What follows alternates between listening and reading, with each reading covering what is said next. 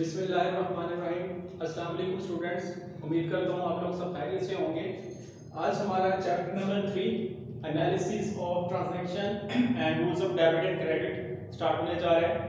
तो इस चैप्टर के अंदर हम बेसिकली अपनी तमाम ट्रांजैक्शन जो कि हमारे अकाउंटिंग साइकिल का पहला स्टेप होता है, जो कि सबसे पहले बिजनेस में ट्रांजैक्शन ही इंक्लूड होती है, उसका एनालिसिस करेंगे और rules of debit and credit के को अप्लाई करके देखेंगे कि उन ट्रांजैक्शन को कब डेबिट होंगे और कब क्रेडिट होंगे। ठीक है, तो हमेशा सबसे पहले आपको पता है कि सिस्टम ऑफ बुक कीपिंग के बारे में डिस्कस करते हैं। इसे हम ऑलरेडी इससे पहले भी हम सिस्टम ऑफ बुक कीपिंग के बारे में डिस्कस कर चुके हुए हैं कि जब भी कोई ट्रांजैक्शन होती है तो सबसे पहले हम उसे बुक्स ऑफ अकाउंट्स में रिकॉर्ड करते हैं।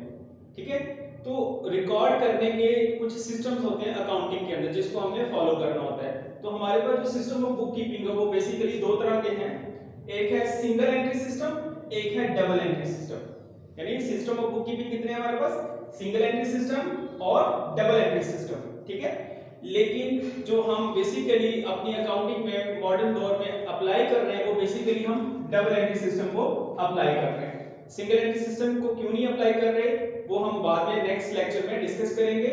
अभी हम सिर्फ डबल एंट्री सिस्टम को ही फॉलो करेंगे। अब सबसे पहले हम डिस्कस करते हैं कि ये डबल एंट्री सिस्टम है क्या। डबल एंट्री सिस्टम की डेफिनेशन यहां पे लिखी गई है, पहले हम इसको रीड करते हैं। The system which both the changes in a transactions are recorded together. जैसे कि लास्ट लेक्चर्स में प्रीवियस जितने भी हमारे लेक्चर्स हुए थे जो कि अकाउंटिंग इक्वेशन से रिलेटेड थे, हम जब भी कोई ट्रांजैक्शन को रिकॉर्ड करते थे तो उसके दो मिनिमम 2 इफेक्ट्स होते थे, क्योंकि ट्रांजैक्शन के अंदर ये फीचर पाया जाता है कि जब भी कोई ट्रांजैक्शन होगी उसमें कम से कम 2 अकाउंट्स लाजमी शामिल होंगे, 2 से ज्यादा भी हो सकते हैं। तो कहने का मतलब ये है the system which both the changes in a transactions are recorded, कि जब भी किसी ट्रांजैक्शन के अंदर 2 या 2 से ज्यादा चेंजेस आएंगी उन तमाम ट्रांजैक्शन तमाम चेंजेस को हम क्या करेंगे, रिकॉर्ड करेंगे टुगेदर, एक साथ रिकॉर्ड करेंगे।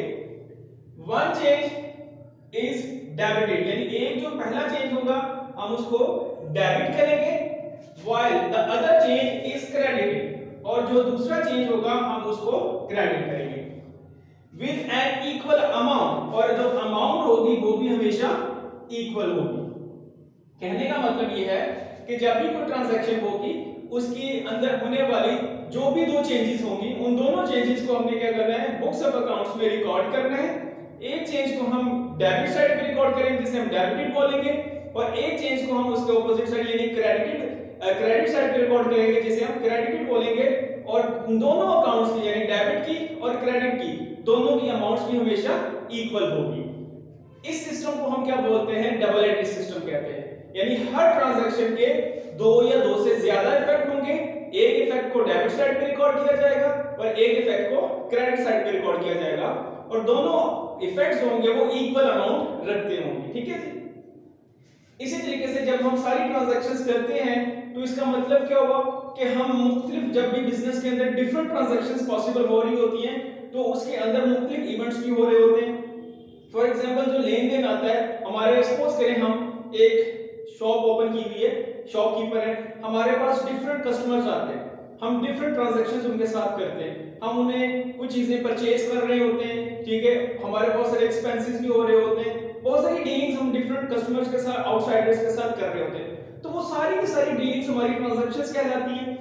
अब वो तमाम डीलिंग्स या तमाम ट्रांजैक्शंस को हमें किसी ना किसी जगह रिकॉर्ड करना है, उनका एनालाइज करने के बाद हमने उनको रिकॉर्ड करना होता है, और जो रिकॉर्ड करते हैं वो बेसिकली हम उसके अकाउंट के अंदर रिकॉर्ड करते हैं। किसके अंदर रिकॉर्ड करते हैं, अकाउंट। तो what is an account, account क्या होता है, अकाउंट बेसिकली एक ऐसी बुक ऑफ अकाउंट है या ऐसा समराइज रिकॉर्ड है जो कि हम अपने कस्टमर से होने वाली तमाम डीलिंग को उसके अंदर रिकॉर्ड करते हैं। इसकी एक सिंपल सी डेफिनेशन है, a summarised record of transactions relating to any particular person और थिंग। कहने का मतलब है a summarised record of transactions, यानी कि जितनी भी ट्रांजैक्शंस होंगी उनकी एक समराइज्ड रिकॉर्ड होगा relating to any particular person. वो तमाम ट्रांजैक्शन याद रखिएगा, वो जितनी भी हम ट्रांजैक्शंस करेंगे वो बेसिकली किसी पर्सन से रिलेटेड होंगी या किसी थिंग यानी किसी चीज से रिलेटेड होंगी। पर्सन से रिलेटेड हमारा कस्टमर होगा, डेटर होगा, क्रेडिटर होगा, चीजों में हमारी इनकम्स हो सकती हैं, एक्सपेंसेस हो सकती हैं, वो सारी की सारी हम इसमें रिकॉर्ड, यानी हमारे डेटर क्रेडिटर हमारे कस्टमर्स के साथ होने वाली जितनी भी ट्रांजैक्शंस होती हैं उनका सारे का सारा रिकॉर्ड उनके अकाउंट में रिकॉर्ड किया जाता है। सारे का सारा किधर होता है? अकाउंट। तो अकाउंट जो होता है वो बेसिकली एक समराइज बुक होती है जिसमें तमाम ट्रांजैक्शंस को रिकॉर्ड किया जाता है। Is that clear?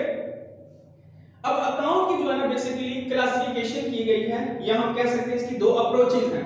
अब जो क्लासिफिकेशन या अप्रोचेस ऑफ अकाउंट वो बेसिकली दो तरह की है। एक हमारे पास है ट्रेडिशनल या ब्रिटिश अप्रोच, इसे ट्रेडिशनल अप्रोच भी बोलते हैं और इसे ब्रिटिश अप्रोच भी बोलते हैं। And the second one is modern approach. Basically आजकल जो हम अप्लाई कर रहे हैं अपने अकाउंटिंग सिस्टम के अंदर वो हम बेसिकली मॉडर्न अप्रोच को इंप्लीमेंट कर रहे हैं। लेकिन ट्रेडिशनल अप्रोच जो ब्रिटिश अप्रोच है ये भी इंप्लीमेंट होती है, लेकिन ये पुराने वक्तों में होती थी, लेकिन अभी भी हम इसको डिस्कस करेंगे। बेसिकली ट्रेडिशनल अप्रोच या ब्रिटिश अप्रोच को तोड़कर ही मॉडर्न अप्रोच बनाई गई है। जो ट्रेडिशनल या ब्रिटिश अप्रोच है उसमें बेसिकली चार किस्म के अकाउंट्स डिस्कस किए जाते हैं। सबसे पहले पर्सनल अकाउंट्स।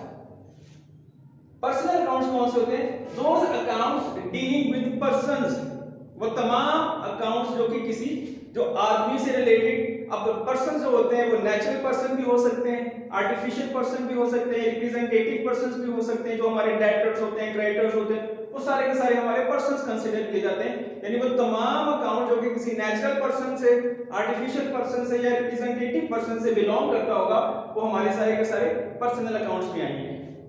उसके बाद आता है real accounts, those accounts with dealing with properties और थिंग्स, वो तमाम अकाउंट्स जो कि प्रॉपर्टीज यानी बिजनेस की प्रॉपर्टीज या बिजनेस की जितनी भी चीजें होती हैं जो बिजनेस की मलकियत में होती हैं उनको डील करेगी, वो तमाम के तमाम रियल अकाउंट्स कंसीडर किए जाएंगे। Nominal accounts, those accounts dealing with incomes and expenses, वो तमाम अकाउंट्स जो कि बिजनेस के इनकम्स को, रेवेन्यू जिसे कहते हैं, गेन्स, एक्सपेंसेस, लॉसेस, प्रॉफिट, जितने भी इनकम्स, एक्सपेंसेस, प्रॉफिट, लॉसेस है, जितने भी अकाउंट्स आएंगे इसके वो सारे के सारे नॉमिनल अकाउंट्स के अंदर आएंगे। यानी नॉमिनल अकाउंट डील करते हैं इनकम्स को और एक्सपेंसेस को। उसके बाद valuation account, those accounts dealing with provision for depreciation and provision for doubtful debts, ये वो अकाउंट्स होते हैं जब हम किसी भी पर्टिकुलर एसेट के लिए, किसी के लिए हम कोई स्पेसिफिक अमाउंट सेपरेट निकाल के रख लेते हैं अपने फ्यूचर पर्पस के लिए, जैसे कि डेप्रिसिएशन के लिए हम प्रोविजन बना लेते हैं, बैड डेट्स हो सकते हैं इन फ्यूचर, उसके लिए प्रोविजन बना लेते हैं, ये हम वैल्यूएशन अकाउंट का नाम दिया जाता है। तो ये चार अकाउंट्स हैं जो कि ट्रेडिशनल अप्रोच में इंप्लीमेंट होते हैं। अब हम नेक्स्ट डिस्कस करते हैं मॉडर्न अप्रोच। मॉडर्न अप्रोच में बेसिकली 5 अकाउंट्स हैं जिसमें सबसे पहले आते हैं एसेट्स अकाउंट्स। अब एसेट्स अकाउंट्स कौन कौन से होते हैं? वो तमाम अकाउंट जो कि आपके एसेट्स को, प्रॉपर्टीज को डिस्कस करते हैं, जैसे कि अब रियल अकाउंट में था, अब रियल में क्या तीन चीजें थी? प्रॉपर्टीज और थिंग्स, ये ऑन बिजनेस की मलकियत में होती थी। अब उस रियल अकाउंट को अब हम मॉडर्न अप्रोच में हम नाम क्या दे रहे हैं? Assets accounts. एसेट्स अकाउंट्स में तमाम प्रॉपर्टीज जो बिजनेस की मलकियत होती है उसको रिकॉर्ड किया जाता है, जैसे कि बिल्डिंग है, कैश है, फर्नीचर है, मशीनरी है, plant etcetera, so many assets discuss हो सकते हैं एसेट्स अकाउंट के अंदर। Expenses account, expenses account basically वो तमाम अखराजात वाले अकाउंट जो कि बिजनेस के अंदर होते हैं, जैसे कि हमने बिजनेस के अंदर ट्रेडिशनल अप्रोच में हमने नॉमिनल अकाउंट को डिस्कस किया था। नॉमिनल अकाउंट के अंदर एक्सपेंसेस को भी डील किया जाता था और इनकम्स को भी। तो मॉडर्न अप्रोच में क्या हुआ है कि एक्सपेंसेस का अलग से अकाउंट बना दिया गया है और इनकम्स का अलग से अकाउंट बना दिया गया है। तो एक्सपेंसेस अकाउंट्स में हम परचेसेस को डिस्कस करते हैं, जो हम गुड्स परचेज करते हैं वो हमारे एक्सपेंसेस होते हैं। हमने बिजनेस के लिए डिफरेंट एक्सपेंडिचर्स करने होते हैं, रेंट पे करना होता है, यूटिलिटी बिल पे करना होता है, सैलरीज पे करनी होती हैं, सो मेनी एक्सपेंसेस, वो सारे के सारे एक्सपेंसेस अकाउंट में डील किए जाएंगे। उसके बाद है इनकम्स अकाउंट। अब इनकम्स अकाउंट भी ट्रेडिशनल अप्रोच के तहत नॉमिनल अकाउंट ही है, लेकिन यहाँ पे सेपरेट अकाउंट कंसीडर किया जाएगा, जैसे कि सेल्स, चीजें बेचते हैं तो पैसे हमें मिलते हैं तो वो हमारा इनकम अकाउंट होगा। अगर हमने कोई कमीशन रिसीव कर लिया, हमने कोई इंटरेस्ट रिसीव कर लिया, हमने कोई डिस्काउंट रिसीव कर लिया जिसके थ्रू हमें पैसे रिसीव हो रहे हो, वो तमाम की तमाम हमारे इनकम्स अकाउंट में रिकॉर्ड किए जाएंगे। उसके बाद लायबिलिटीज अकाउंट है।